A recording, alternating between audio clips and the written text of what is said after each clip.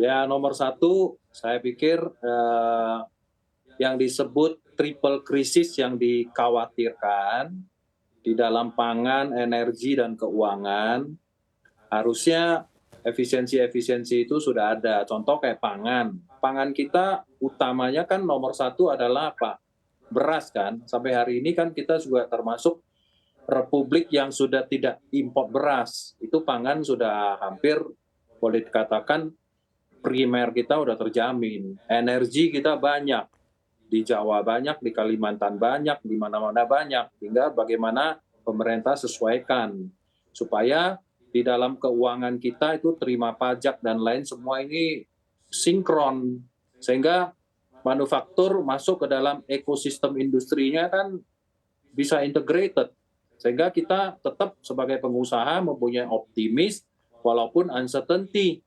Proses ini yang harus dijaga oleh pemerintah, persis seperti tadi Pak Firman mengatakan bahwa di industri sepatu adalah bagian daripada ekspor cukup besar, kemudian lokal juga konsumtif kan Pak ya.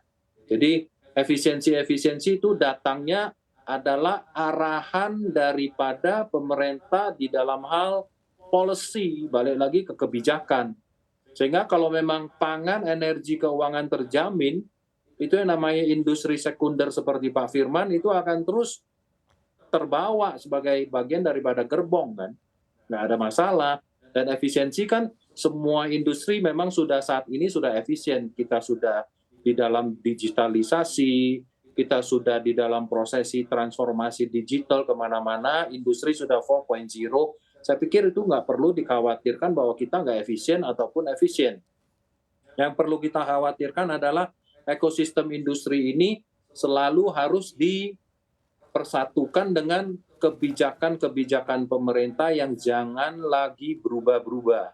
Sehingga di dalam triple crisis yang akan dihadapi, badainya bisa kita kemas sama-sama supaya kita bisa mencapai sebuah iklim yang disebut pertumbuhan 5% tetap terjaga, inflasi yang 4,9 yang sudah menjadi bagian daripada BBM yang sudah berubah, sudah harus kita samakan persepsi dengan pemerintah.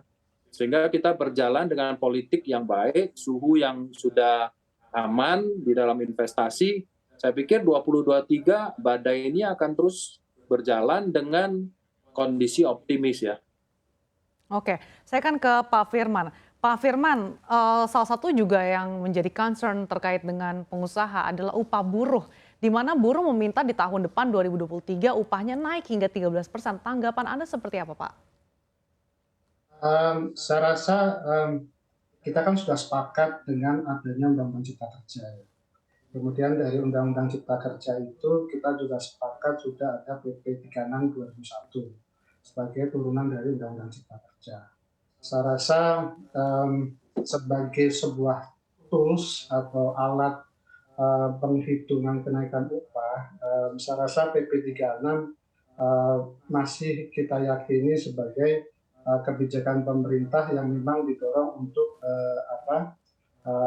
dunia usaha, win-win solution antara dunia usaha dan terciptanya lapangan kerja untuk masyarakat Indonesia secara luas.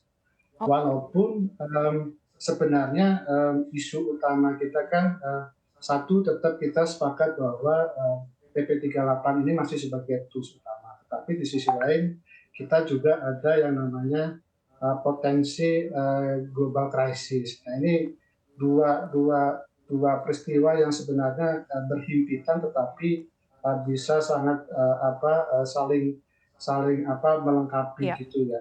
Artinya di satu sisi kita sekarang bicara kenaikan upah dan kita sepakati bahwa PP 38 sudah menjadi instrumen kita, dan kemudian di sisi lain kita ada global crisis yang ini yang perlu penanganan secara temporary untuk bagaimana dunia usaha bisa selamat.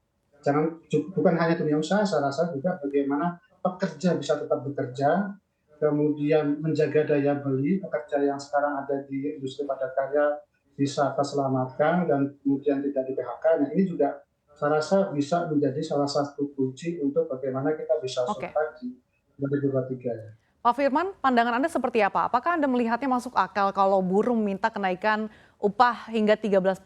Dan apakah para pengusaha ini akan bisa untuk memenuhi permintaan buruh di tengah kondisi yang penuh ketidakpastian ini, Pak Wijaya? Kalau UU CK, Undang-Undang Cipta Kerja yang kita sudah sepakati bersama SPSI dan pemerintah, semua kan sudah dikemas di dalam Undang-Undang Cipta Kerja. Saya pikir kalau naik apapun yang mereka kehendaki sebagai buruh dan pengusaha juga sepakat di dalam hal pertumbuhan ekonomi ataupun tolak ukurnya di dalam kategori pemerintah, pengusaha selalu kan terbuka untuk didiskusikan. Tetapi tidak menjadi bagian daripada melanggar apa yang sudah ada di undang-undang. Karena UU CK kita ini kan sudah cukup bagus untuk bisa dinikmati oleh para buruh.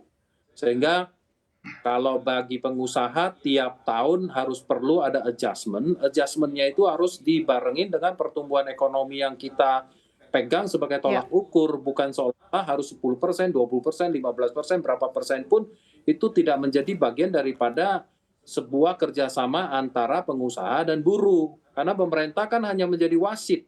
Nah, setelah Undang-Undang Cipta Kerjanya sudah sepakat, ayo kalau memang itu mesti ditambah, dikurang, harus sesuai dengan pertumbuhan ekonomi dan pasar yang memang mendukung. Karena kondisi pasca COVID ini kan banyak sekali hal-hal yang perlu kita benahi juga. Nah, hal-hal seperti inilah buruh juga perlu memahami bahwa kita juga masih punya beban cukup banyak, ditambah seperti tahun ini banyak perubahan di dalam PPN naik, kemudian energi naik, dan lain sebagainya naik. Hal-hal ini perlu dipahami oleh para pengusaha bersama pihak buruh gitu loh.